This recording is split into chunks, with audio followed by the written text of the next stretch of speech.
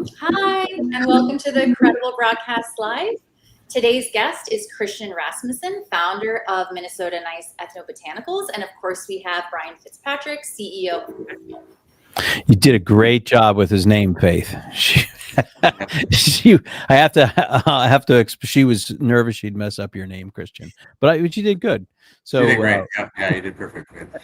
So welcome, Christian Rasmussen. This is a wonderful. I've been really looking forward to this broadcast because mushrooms are really coming into the mainstream, and I actually take a supplement with lion's mane. It's made a very big difference in my wellness journey. And that's really what this broadcast is about, is really educating people on the importance of these products. And I think that mushrooms has a little bit of a stigma, right? So like when I was growing up, these are like, oh, that dude must be on shrooms or something, right? And it's like, there's a lot of, like, I think, negative stigma, but there's also a lot of positive momentum in the market. So as we sort of explained to you in the green room, like we have a very broad range and demographic of our listeners. So could you give us sort of Mushroom 101 just to sort of help our viewers understand what mushrooms are about and the different types, and just give us a little bit of education there? Yeah, of course. I mean, I think, like you mentioned, a lot of people, when they think of mushrooms, they think of, well, it's called psilocybin, which is your typical magic mushrooms. But then, we have oyster mushrooms, we have shiitake mushrooms, we have portobello mushrooms that people are, foraging or growing and consuming for culinary purposes. And then there's the what we call functional mushroom class, which is like lion's mane or cordyceps or turkey tail or reishi. And these are generally utilized as supplements, oftentimes as food as well, for the health benefits that they have, whether it's mental health or physical health, spiritual health in some instances. And then there's kind of like the new class that we deal in, which is kind of the bridge between the functional mushrooms and then the more magic mushrooms.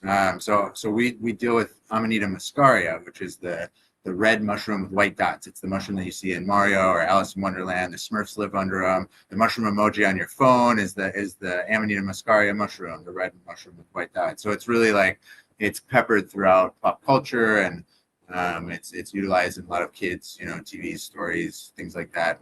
And it's not psychedelic in the traditional sense, so it's not going to cause visions or anything like that. But it's psychoactive in the sense that it does alter your brain chemistry a little bit. And what it really does at the low and microdose level is it relaxes one, it opens one up, it relieves stress quite a bit, it lifts the mood, et cetera, et cetera. So it's a little bit more pronounced than like functional mushrooms like lion's mane or turkey tail or reishi, but it's not going to elicit the same experience that people think of when they think of psilocybin or psychedelic mushrooms. So yeah, I mean it's a super nuanced, it's a vast family of beings, but so there's just like with any plants, there's different plants have different applications. Same with mushrooms. So yeah, it's a big, deep topic. But what we focused on and what we brought to the market was Amanita muscaria, which had never been touched really here in the West, which is showing to have a really wide array of benefits and efficacies for really anybody that is looking for a little extra something. Yeah, and by the way, I think sometimes people ask me, they're like, why do you're in the compliance and reg tech industry? Why are you always talking about like CBD and mushrooms and that sort of thing? And the reason is because our mission is to really make sure that these industries are safe from a compliance perspective and a commerce perspective. And these are very important supplements, right? So part of how I bridged my reg tech background with my wellness background is because I started looking for wellness products to get off of big pharma, right? And I've been successful doing that. And I've learned so much from people like yourself, Christian, about these types of products and how important they are, right? But they're only important if they can get in the hands of people, right, safely. and they're only important if we could actually get credit card processing and banking for these. So that's really our mission at Credible, is we work for the banking side as well as working for the merchant side to make sure the merchants are doing the right thing so they can keep their card processing, that they're putting trustable products into our registry, and that's being validated by the merchant card processing. And I thought I would bridge that because we had a lot of questions of like, all right, where do you get mushroom juice? Like, yeah, like I do use the product, but I just wanted to sort of clear that up, and how this bridge is very important in this relationship. But Christian, you have a pretty amazing story, and my heart is really it goes out to folks that have stories like yours, that we're one place and said, you know what, I'm going to improve my life, I'm going to get on a better path. And you have a story around mushrooms of how you were able to really um, go on a very cool journey and turning your life into to something amazing, and where you are from where you were to where you are. Can you share a little bit of your story with Yeah. our audience? Yeah, of course, I'd love to. I was addicted to, prescribed to, and addicted to benzodiazepines throughout my 20s. And benzodiazepines are your typical anti-anxiety medication. So you think of Xanax or Valium or Ativan or Klonopin. Those are all, we call them benzos. Benzo for short. Benzodiazepines is a little bit of a mouthful. But I was taking them for 10, 11, 12 years. And I was really like becoming kind of a shell of who I knew I was meant to be, and I decided it was time to get off of them. And I had heard that they're the hardest drugs to get off of, and this is pretty well known in a lot of like the rehab facilities and a lot of the addiction realm. Like benzos are notoriously the worst drugs to get off of. First off, they're the only drug aside from alcohol. It's benzos and alcohol that are the only drugs that can kill you when you come off of them. So like you can't just cold turkey them because you can get a seizure and die. So one has to taper over a really long, extended period of time. And then second off, it takes forever, like years and years. I know people that have gone through successful multi-year tapers, have gotten off of them, and then been off of them for 9 years, and they're still in what it's technically not withdrawal at that point. It's a damaged brain. It's brain damage. So you're dealing with a damaged GABA and glutamate system. And yeah, so it can last for a very long time for people. And it's essentially, my experience was, it was essentially like living in a panic attack 24/7 times 100 with, a whole slew of other physical symptoms that go along with it. So I got off of them finally in September of 2019. I was off them for a year. It was actually a year to the day that I was on a hike and I found the mushrooms growing. But yeah, I was my marriage was failing, life was falling apart, business was, not doing great. Like everything was falling apart. And I was very seriously contemplating like taking, and ending it all. And I was on this hike and I was walking, contemplating all this stuff. And I saw this patch of mushrooms growing, and they were the Amanita muscaria that I had mentioned earlier. And there was this like, it was such a strong magnetism towards them. I like to relate it to when you meet a future partner or like a future best friend, there's this like pull towards that individual. It was like that, but to a degree that I'd never felt before at that point in my life. And there was also this like, I like to say the mushroom spoke to me, because in some sense it feels like that, but there was just this very deep intuitive knowing that they had something for me, and in return I was going to do something for them. And so I picked them and I went to the house and I did a bunch of research. And like I've always been really interested in pharmacology and plant medicine, and I went to school for physics. So I did a bunch of research and I discovered that they hit the compounds in Amanita muscaria hit the same receptor sites that were damaged in my brain, the GABA system and the glutamate system. And there was nothing positive about them online at all, except for one woman who had just created her YouTube channel maybe like a couple months prior, who claimed that similar story to mine, she was on a hike, she was actually gun in hand ready to kill herself, like she had written the note and everything. She found a patch of mushrooms growing and there was this magnetism towards them, and she picked them, went to the house and did a bunch of research, found they hit the GABA and the glutamate system, and pretty much an identical story. And she told her story about how she utilized them and it healed her brain.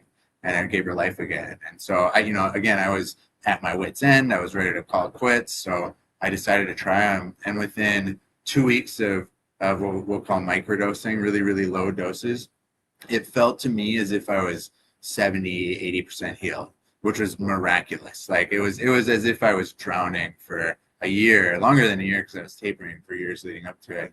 And I could finally breathe again.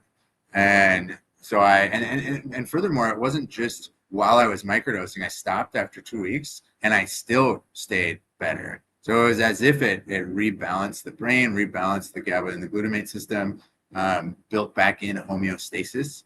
And yeah, it gave me life again. And so it was like 6 months later or so that there's this growing little community around these mushrooms, and predominantly for people in benzo withdrawal. Although now we've learned that the scope of efficacy is far beyond that. But there was nobody in the States that were selling them. And I've always been an entrepreneur, and we just had a line to a forager in Russia, actually, that was able to ship them to me. And so we started off the business, and yeah, now we've grown to be, the largest retailers of these mushrooms in the world. And we're spearheading in this market here in the States. And we've seen, thousands of people get off of benzos and alcohol, tens of thousands of people find, relief or healing or transformation. And we're really, in that sense, it feels like we're really just kind of getting started. Yeah, that's the quick. That's, synopsis. I mean, that's an amazing story. I mean, thank God you found that mushroom, right? And I mean, you went from addict to entrepreneur, successful entrepreneur, to being the largest importer of these products. And I mean, that's an amazing story. And consequently, you're very much of a mission-driven business owner, right? And you've taken this beyond yourself to extend this to other people that are struggling and other people that need that. And I think that's amazing. And we just saw in the hemp industry, the crazy regulation that came in place. And I know one of the groups that was fighting against hemp was the alcohol industry. And it just frustrates me to no end when I see that happening. Let's keep people buying alcohol. Let's keep people drunk. Instead, it makes no sense to me. And so, I mean, you're really doing great things with an amazing product, and getting safe access to these products are very, very important, right? And how do you sort of navigate this world of people who don't understand it? And by the way, I put a lot of regulators in that bucket, because they sort of jump on this negative thing that they hear, a couple negative tidbits, or they find some bad actors, and then all of a sudden, they're gonna paint everybody with this broad brush, and good products and good research gets thrown out the window. We've seen it happen in the hemp industry, and we got to crawl our way back there. But part of what I think makes these products important is providing safe, transparent access to them. So how do you sort of bridge that gap with these products? Yeah. Well, first off, I mean, I want to say that it's all really like in the data and in the anecdotes, and like you said, a lot of the good research gets tossed aside. With this mushroom in particular, like when you really look at the history of it, it was one of the most, if not the most prized plant medicine back in ancient times. And so like you had with the Crusades, you had like a massive wiping of the slate for use of this mushroom. And then you had that also during the witch hunts and during the takeover of the educational system in the 20s and 30s. And the narrative that they utilized was that this particular mushroom is toxic and poisonous. And again, when you look at the data, that's not the case at all. However, it's been a myth that's been perpetuated for over 1,000 years.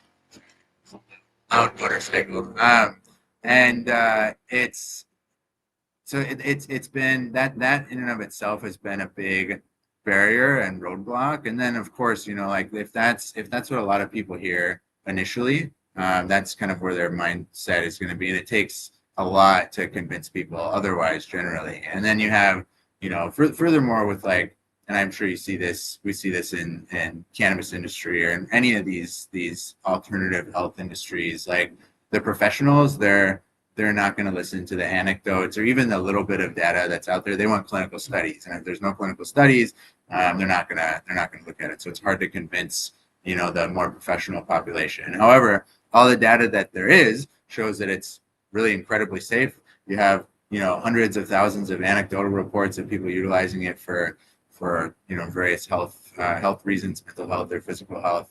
And then really the bridge for us becomes education. Like, how do we educate properly? Part of the ways that we can educate properly is getting on platforms like this, going and speaking at events around the country. Like, one of the reasons that I'm here in Florida right now is I've been speaking at conferences, you know, educating. And then the other big hurdle is well, and then there's anecdotes. The more people that try it and have better benefit from it, the more the word spreads, the more it gets out there, the more trust is garnered in the population. And then of course the big one is funding research, and so that's what we're in the process of doing. It's very expensive, it's very time consuming, but it's a really important integral part of getting this out on a broader scale with much more acceptability in the public eye. So yeah, it's a tricky space to navigate, but it's, yeah, not without, you know, it bears its fruits, of course. And yeah. Well, what I can say is I predicted that, and we're already seeing it happening, that as the hemp industry and CBD industry sort of gets beaten up and goes through that side. I mean, what we saw on that side was some bad actors, you know, doing some bad things, which ruined a lot for a lot of the good players out there that were creating some great products. They took advantage of some legislation. They started marketing to products, you know, that look like a bag of Skittles, and that, but that wasn't and the industry got painted with that broad brush, and it hurt a lot of companies that they're trying to dig out of. And what I predicted is that, you know, we're going to see new product innovation coming up around some of these other products because of the dip and the hit that industry's taking. But we got to learn the lesson here of making sure that the industry's credibility is relying on science-driven product development, robust consumer education, and basically transparency of product tracking. And that's why I'm in business, right? Because I said, I can't see another good merchant and like somebody like yourself whose personal journey has been impacted so positively. And in turn, you are impacting so many other people positively because of your story, because of your find, because of your investment, because of the science that you're working with to get that news out there. And I said, look, I'm going to make sure that you've got credit card processing and banking and commerce and access, because if you don't have that, nobody can buy your product, right? You're going to end up, you know, selling it in a dispensary type model where it's all cash. You know, that doesn't really work well. So this is sort of the criticality of ensuring that companies like yours are, you know, able to show their quality products. And I just hope that the bad actors don't spoil the bunch, right? You know, because that's a challenge in this industry. So you have to balance scale with rigorous product standards and compliance and educational resources. And what are some of the, I mean, you're doing it in some of the ways that you talked about, but you know, how do you see sort of the compliance practices drive new opportunities for brands to grow? I mean, I think a lot of it comes down to lab testing, and that's actually very complex with this particular product. I mean, we have a host of other, you know, botanical products. Amanita is really the bread and butter, but the two compounds in Amanita, the two main compounds, are both notoriously very unstable. They're very small molecules, so they're hard to quantify. And then they elute before the injection peak in the grafts, which I'm not a chemist. I'm not entirely sure what that means, but I have a pretty good idea. But so they're really hard to test for, and that makes they're hard to accurately test for, rather, and that makes the compliance aspect of this, you know, very tricky as far as like gauging potency or quality of the products. However, what we've seen in this industry as well is very similar to like what you're alluding to in the hemp industry with the Skittles, you know, the fake Skittle brand coming out with THC in them. We see what we call them gas station gummies, and they're pushed by these big companies that have products in smoke shops all around the country or in gas stations, and they all reached out to me in the early days in like 2022, and they wanted to utilize Amanita because they saw it as the next Delta 8, which is, you know, one of the main cannabinoids or THC alternative that you find in smoke shops these days. And I told everybody, I was like, it's not what it is, you know, but you know, we can work together if you want. And quickly they realized that it wasn't the product they were looking for. It's not, Amanita really isn't suitable for smoke shops. It's much more of like a health store or something like that. But and they all started switching to research chemical tryptamine. So tryptamine is something like LSD, psilocybin, DMT, ayahuasca. Those are all tryptamine. So they're psychedelic analogs of psilocybin, and they're kind of in a legal gray area where technically they're illegal, but it very likely wouldn't hold up in court because they're not explicitly scheduled as a controlled substance. And so you have products in every single smoke shop around the country, lots of gas stations that state that it has Amanita in it, but in fact, in reality, it's 4-ACO-DMT, 4-HO-MIPT, one of these other research chemical tryptamine analogs. And sometimes in the early days, we saw research chemical benzodiazepines in them, which are extraordinarily addicting and dangerous. We saw pregabalin, which is Lyrica. We saw ketamine analogs. We saw a whole bunch of things that were being put in these gummies marketed as Amanita products. And last year, a few individuals died from one of these products, one of these brands, and who knows what actually killed them. And that's another thing too, is these, like the FDA, there aren't standards to test a lot of these compounds. They're so new, they just keep pumping new ones out, so you never really know what you're getting. So that's like figuring out regulatory testing around that would be really, really important. I don't inherently have anything wrong with like a psilocybin analog, but like you shouldn't be putting something out on the market and marketing it as something else. Like that seems like a pretty big red flag. But yeah, so figuring out regulatory testing bodies maybe for these types of products would be really, really important. But then like for me as like a business owner, like I could help bring that, you know, towards the finish line, which we're working on. But what I can really do right now in the moment is consistently educate and bring our community together to create a louder and louder and louder voice, and get us and the other few players that are doing this ethically and properly, like more recognition and more standing and more platforms, so that we can, you know, educate on a wider and wider scale. But yeah, it's a complicated issue. And it is, but there's solutions, and again, I mean, so one of the things I created very early on was a blockchain solution through Credible to connect directly to the labs, and for those lab reports to be looked at by the distributors and manufacturers and viewed and then distributed through the chain, through the blockchain. Because what ends up happening is your lab report that you feel good about can get changed down the line. Yep. Yep, that happens all the time. It happens all the time. So, but if you put that in a blockchain, right, and you register the product with Credible, and that's why what's happening is the financial services groups are coming back up through Credible now and saying, look, we're only going to trust it if it's your product's registered in this blockchain, in the Credible MyCOA. It's all coming together, and because nobody wants to see a good product like yours get adulterated down the line and get compromised. I mean, that's liability to you, but more importantly, it ruins the reputation of good companies like yours.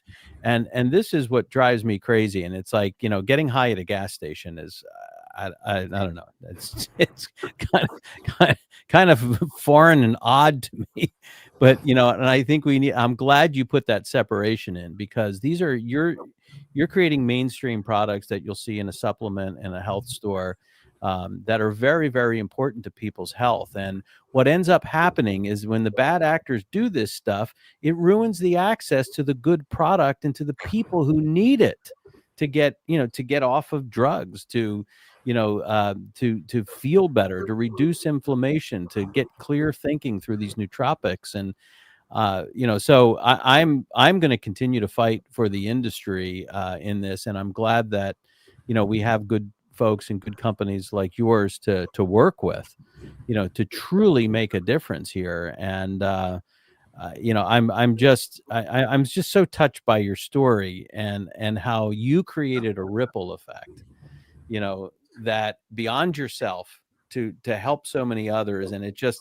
when I hear these stories, it just really it empowers me to keep going, to help brands like yours. So I know there's a lot of people that want to learn more about these, and how can they learn more about not only your company, but about the brands that you're able to provide your product to?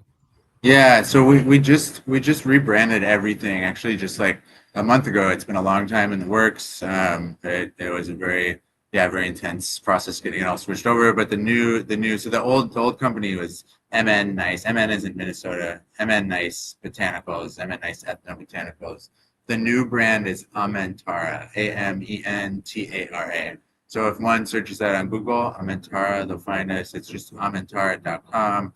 We have Instagram, we have all the social media platforms. Although there's another aspect to this, like we get banned from Instagram all the time. Like they'll just shut us down for no reason, because they just don't like the products that we're working with, which is really too bad. But and similarly, like credit card processing, of course, we've had our issues with that. So maybe we can have a discussion, a follow-up discussion about all this. But yeah, it's Amentara, and then we're on YouTube, and I've done probably close to 100 of these discussions at this point as well. So if you search my name or search, Amanita mushrooms, you'll find me. And then we go all around. I travel constantly and do speaking engagements. Yeah, I might be in a city, near you at some point in the near future. Well, that's great, and I encourage our viewers to learn more and get beyond the stigma, right? Get beyond the stigma, and don't get distracted by the noise of the bad actors. And unfortunately, that's what happened. I know so many good business owners in the hemp side and CBD side that it's unintended consequences because they were focused on doing the right things, and it's true that some bad apples can spoil the bunch. And that's bad for this industry. It's bad for the advancement of supplements. So we got to keep up the effort of quality, safe, transparency into this industry. And I'd love to talk to you about some of the forward thinking card processors and brands, and they're okay as long as you're doing the right thing, as long as your people aren't making crazy claims, and you got all the right things, and you've got the registration of your products properly. And that's why we're in business. But I'd love to talk to you about that further. And but in the meantime, we're going to continue this effort. And Faith, so first of all, Christian, thank you for coming on here and sharing your story, because it's inspirational. And I'm glad you found that mushroom, and I'm glad you're here because you are making an impact for so many other people. And I hope you never get in a dark place like that again. But it sounds like you're well on your way, and you're helping people who find themselves in those dark places, which is a great thing. So it's been a joy getting to know you and about your brand, and having you on this show. So thank you for joining us today. Of course. Yeah, thanks for having me. Yeah, absolutely. And we want to keep in touch and see how this industry is going to continue to grow. And Faith, talk to us about what we have coming up next on Credible Live. Sure, yeah. So we're taking a break over Thanksgiving, and then December 5th, we have Jocelyn Wells with Bodzyme. She is the head dietitian for them. So that'll be an interesting conversation to have. Excellent. Well, Christian, thanks again. I appreciate you being on Credible Live. This has been an amazing discussion, an amazing discovery of an amazing product, and let's see it continue to grow, no pun intended. But as we advance this industry. So happy Thanksgiving to you and to all of our viewers, and we'll see you on the week after next with another episode of Credible Live.